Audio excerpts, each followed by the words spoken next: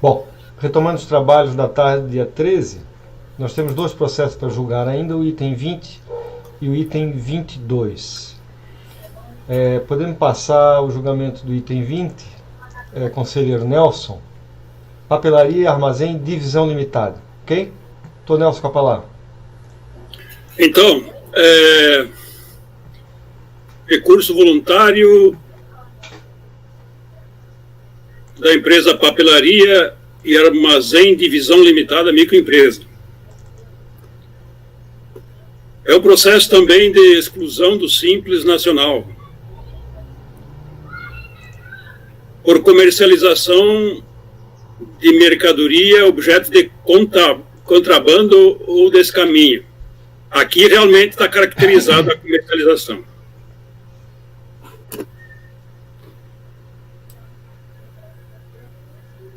Já está adiantando o voto, então? Não. Não? Eu só estou... outro. Eu já queria pegar um atalho aqui, mas tudo bem. Mas só ainda nos fatos, só para esclarecer melhor, também é um ADE de Florianópolis, da DRJ Florianópolis. Será mas que quem assinou também, foi o Ari Silvio de Souza. Ah, tá. O Ari era meu substituto. Então tá bom. Declaratório da DRF Florianópolis, número 72, de 15 de junho de 2016. Deixa eu ver aqui. Já não estava mais lá. Já era, né, 2016? Já não estava mais lá. Nesse caso foi no estabelecimento, né, Elato? Essa aqui foi no estabelecimento mesmo. Aprendeu lá. Tá. Procedimento fiscal realizado em 27/6/2014, né? Com efeito jurídico da exclusão a partir de 1/6/2014. É no próprio mês, mas no início do mês, né? Foi apreendido no final do mês, mas o ADE, ele retroage o efeito a partir da data do início do mês da infração, né? E é o artigo 29 da Lei Complementar 123/2006 e o artigo 29, inciso 7º, né? Que é contrabando, comercialização de mercadoria objeto de contrabando ou descaminho. Ciente desse ADE, a contribuinte apresentou manifestação de inconformidade que foi julgada pela DRJ Recife e manteve o ADE. O contribuinte não conseguiu comprovar a origem, a entrada legal da mercadoria estrangeira no país, né? Porque ele está comercializando mercadoria importada, né? Não fabricada no Brasil. Então ele não conseguiu comprovar o ingresso regular no território nacional dessa mercadoria que ele estava comercializando, estava nas gôndolas lá do estabelecimento dele. O que ele alega aqui na instância recursal do CARF? A contribuinte apresentou recurso argumentando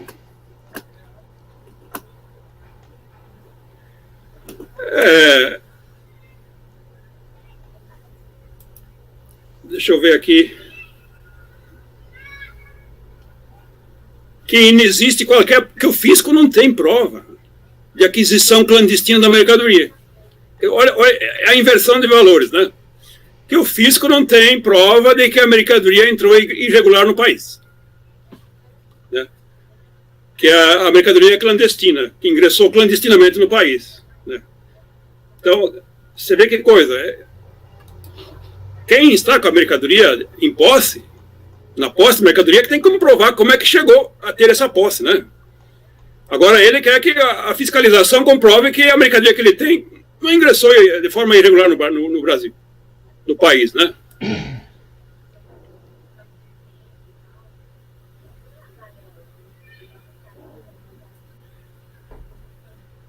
Como exposto, então o contribuinte alega, como exposto, todas as mercadorias são adquiridas no mercado interno, mediante as pertinentes notas fiscais, sendo a requerente punida por 2 vezes apenas por não portar a documentação após o ato de apreensão, sendo que, acontecendo a exclusão do simples, a alta tributação inviabiliza a continuidade de sua atividade comercial, na qual então terá prejuízo, né, terá dificuldade de faturamento.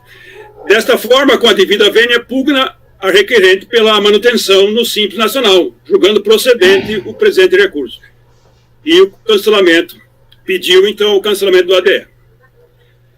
Esses são, em síntese, os fatos e as alegações do contribuinte na instância ACOR.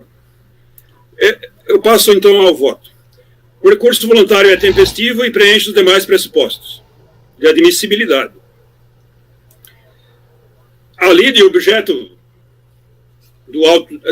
dos presentes autos trata acerca da exclusão da contribuinte do Simples Nacional pelo ADE de 15/7/2016, com efeito jurídico a partir de 1/6/2014,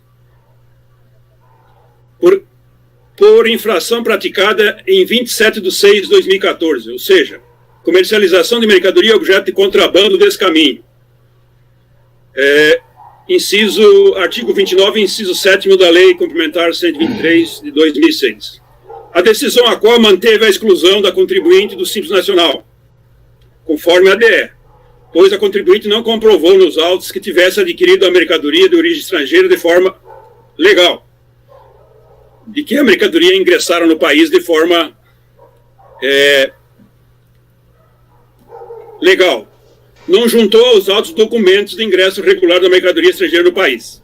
E também não comprovou de quem comprara, né? Se comprou no mercado interno. Ele alega que tinha nota fiscal, mas não trouxe aos autos. Nesta instância ordinária do CARF, a contribuinte voltou a suscitar as mesmas razões já agitadas na instância ACOR, né?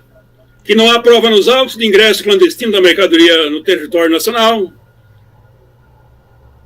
que comprou as mercadorias no mercado interno, que além da apreensão e perda da mercadoria pela inexistência de nota fiscal de ingresso regular no país, está sendo punido também com a sua exclusão do Simples Nacional, que isso configura dupla penalidade, que fora do Simples não tem como suportar a alta carga tributária do regime comum de tributação aplicado aos contribuintes em geral, que em suma, com essas razões, pediu a improcedência do ADE. Então, identificados esses pontos aí, controvertidos, suscitados pela contribuinte, passo a enfrentá-los. De plano, eu já menciono que não procede a irresignação da contribuinte. Não produziu prova hábil, idônea e cabal de que a mercadoria de origem estrangeira, objeto da apreensão e pena de perdimento, teria ingressado regularmente no território nacional, que não teria ocorrido contrabando ou descaminho, ou que foi adquirida em nota fiscal no mercado interno. Então, ele não comprovou que a mercadoria não seria de contrabando desse caminho, também não comprovou que ela adquiriu no mercado interno, porque se ela adquiriu no mercado interno, a fiscalização vai lá e diz, olha, ela vai como é que vai buscando a origem do problema, né? De quem ingressou a mercadoria no país de forma clandestina. O ônus da prova de que a mercadoria de origem estrangeira encontrada na posse da recorrente, de que não ingressou clandestina no país, ou que for adquirida no país, com nota fiscal, é da própria contribuinte. Ela que tem que fazer essa prova. Como que essa mercadoria chegou à empresa, né? A prova a cargo do fisco foi produzida e suficiente para manter o ADE de exclusão da contribuinte Simples Nacional, ou seja, o termo de apreensão de mercadoria de origem estrangeira sem documento regular de ingresso regular no país e ou sem nota fiscal de que teria adquirido no mercado interno, conforme a apreensão de 27/6/2014.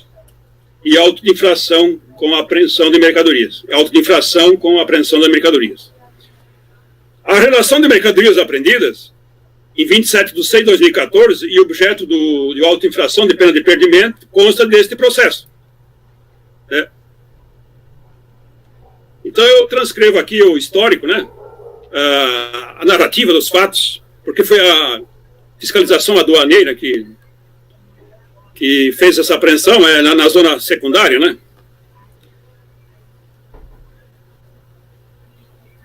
Tem zona primária e zona secundária. Zona primária é no porto, lá, né? Zona secundária já é fora dos estabelecimentos que estão na fronteira, né? Então, eu menciono aqui, também transcrevo a relação das mercadorias. E é um rolo aqui razoável, né? Mas dá um valor de 2.388 dólares, né? Segundo a fiscalização. 2.388,05. Então, assim, mercadorias, óculos de sol, óculos, rádio, brinquedos, barbeador, brinquedo. Então, é tudo material, assim, para venda para a população. Mercado popular aí, né? A fiscalização aduaneira lavrou termo de revelia e pena de perdimento, uma vez que a empresa não apresentou impugnação contra os termos do auto de infração e apreensão de mercadorias, né? Então, consta aí um termo de revelia do processo de pena de perdimento e de auto de infração.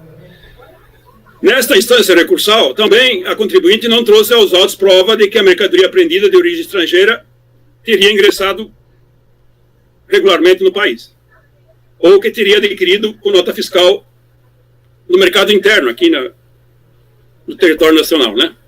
Assim, deve ser mantida a exclusão da contribuinte do Simples Nacional com efeito jurídico a partir de 1 de 6 de 2013, no termos do ADE. Portanto, voto para negar provimento ao recurso voluntário, e este é o meu voto.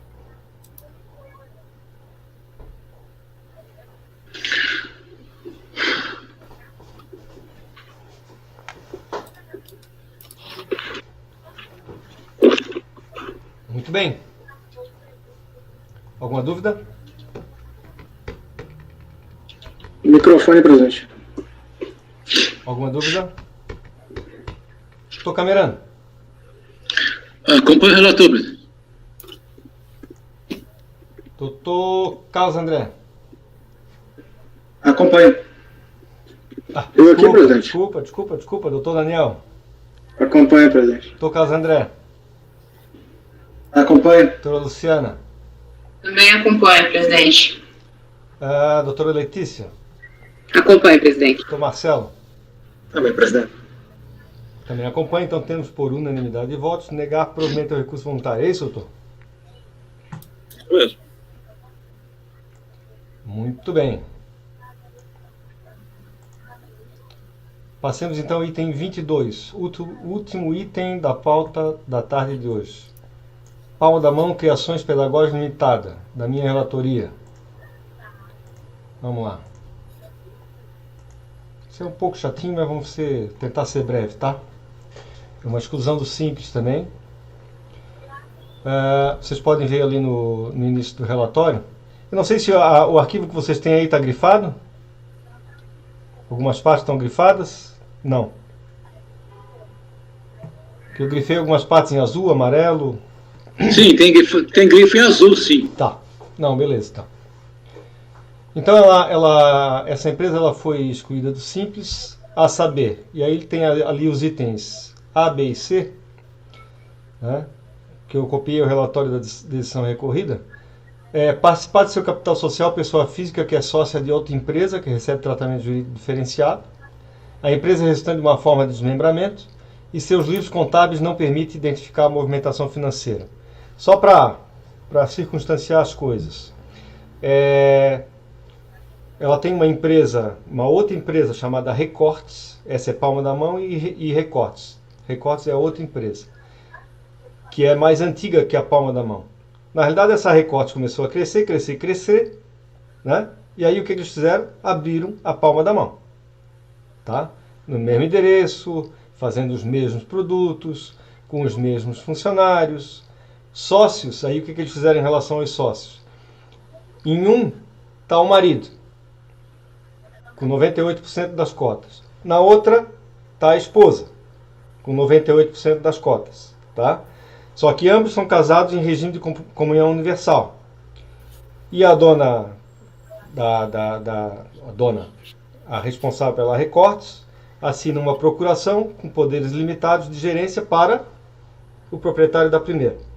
Tá ok? Então, esse basicamente é o conteúdo fático da coisa e que levou a fiscalização à exclusão.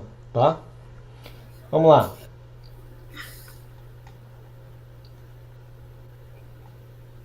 Ali eu estou transcrevendo aí o relatório da decisão recorrida e por sua vez ele transcreve o relatório fiscal, tá? Aí eu anotei ali o item 3.3, Auditoria da Receita Federal ter se deparado com diversas situações de construção de empresa com o objetivo de evasão tributária que se concretiza, dentre outros, por meio de fracionamento das atividades. O item 3.7, ali eu anotei também, no presente caso verificou-se com o crescimento da empresa Recortes e o consequente aumento de sua receita bruta, o grupo familiar proprietário da empresa criou uma nova empresa, com o objetivo de dividir a atividade e a receita bruta. Tá? O item 3.13, eu anotei também. De imediato, observa-se que a atividade desenvolvida pelas duas empresas é a mesma, relacionada à fabricação e comércio de brinquedos, e assim vai. O item 3.14, também anotei. Verificamos que a marca Carlu é usada pelas duas empresas para todos os seus produtos. Além disso, em visita ao endereço eletrônico, site, na internet da empresa, identificado como www.carlu, é possível verificar ainda mais a ligação entre... Então ele faz toda essa... O trabalho da fiscalização foi muito minucioso. Tá? A gente pode ir direto... Bom, a DRJ, ao receber a manifestação de conformidade, julgou improcedente. Tá? Aí no recurso voluntário ele repete ipsis literis todas as razões já expendidas no recurso primeiro. Tá? Vamos direto ao voto, então.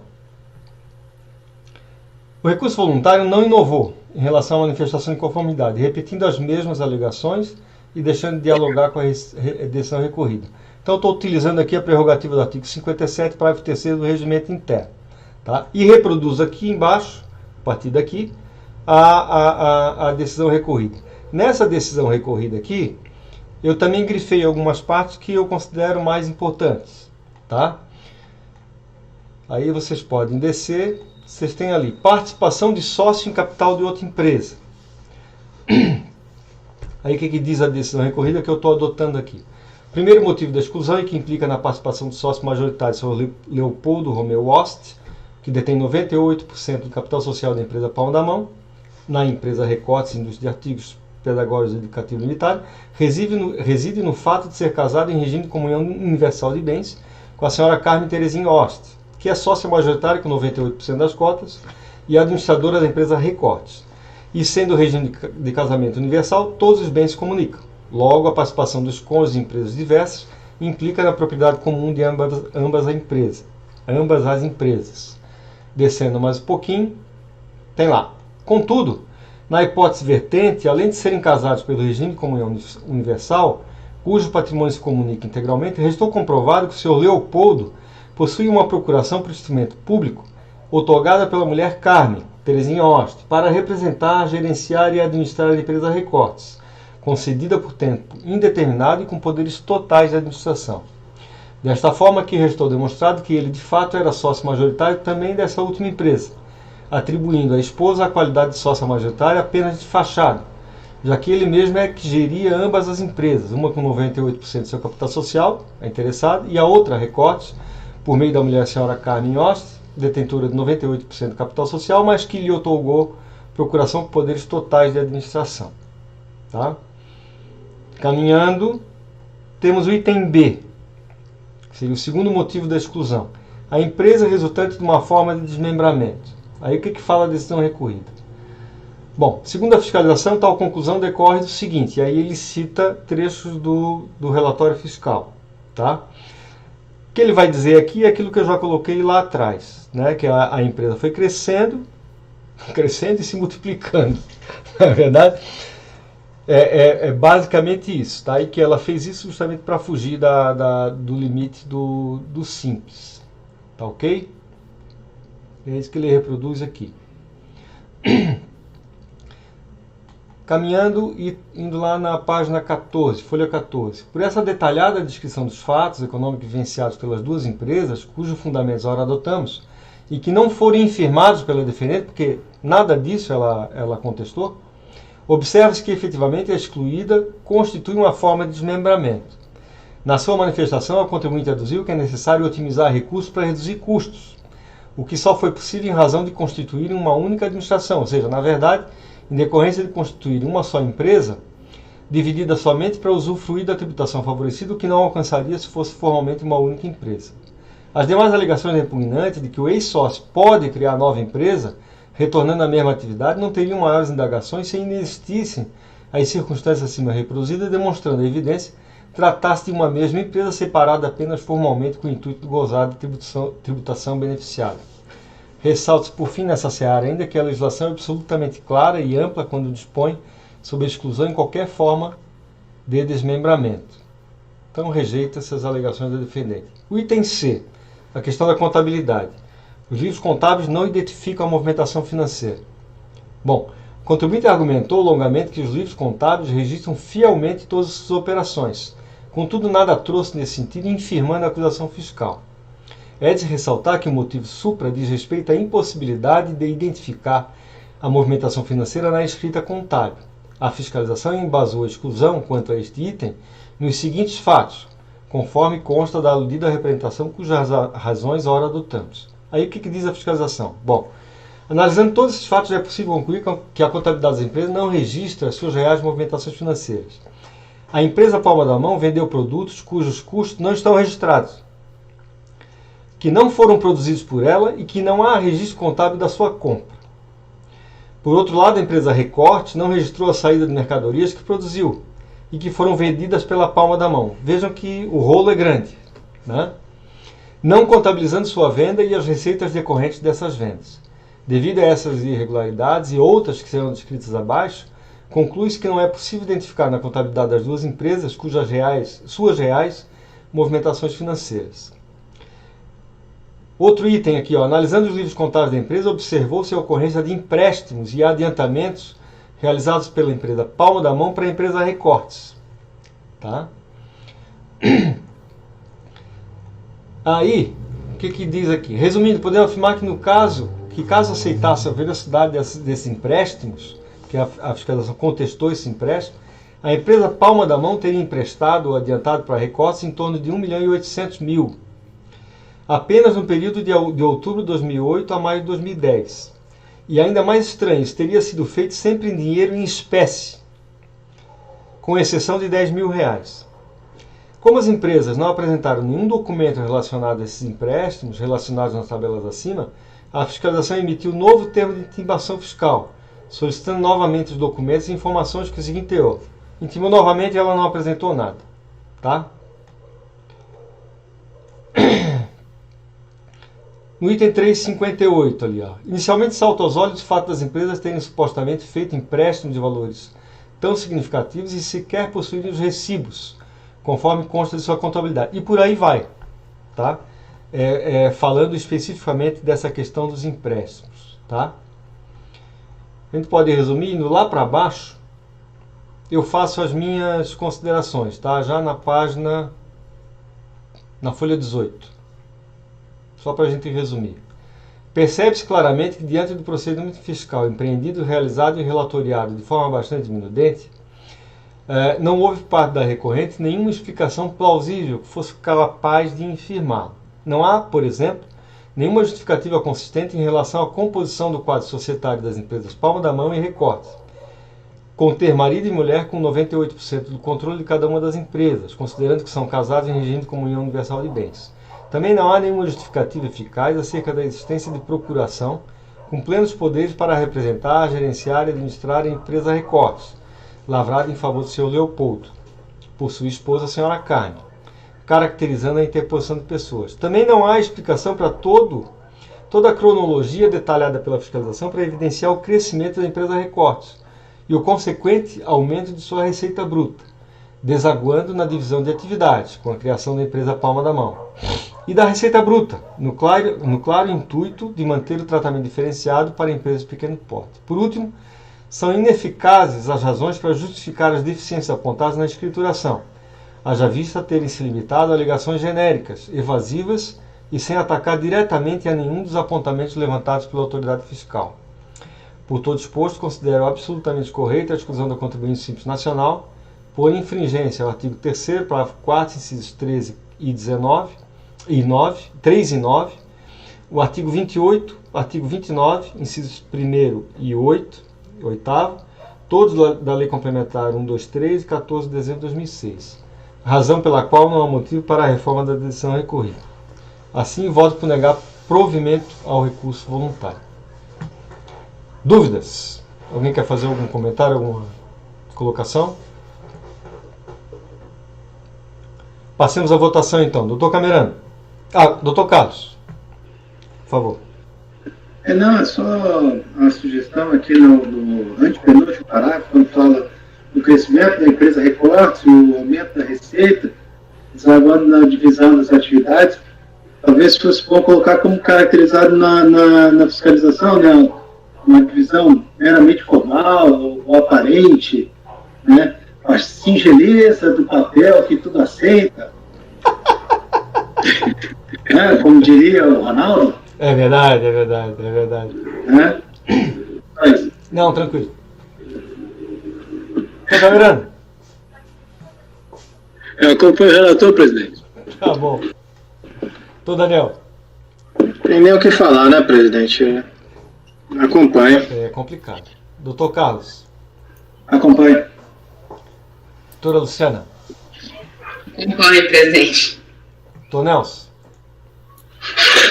Presidente, voto com o relator. Doutora Letícia. Fico só pensando que leva Carlos a essa hora a tanta inspiração. É o jogo do Havaí. É o jogo do Havaí em seguida agora. Já está pensando ali na frente. É verdade, é verdade. Seu voto, conselheira. Acompanhe o relator. Tá bom. Doutor Marcelo.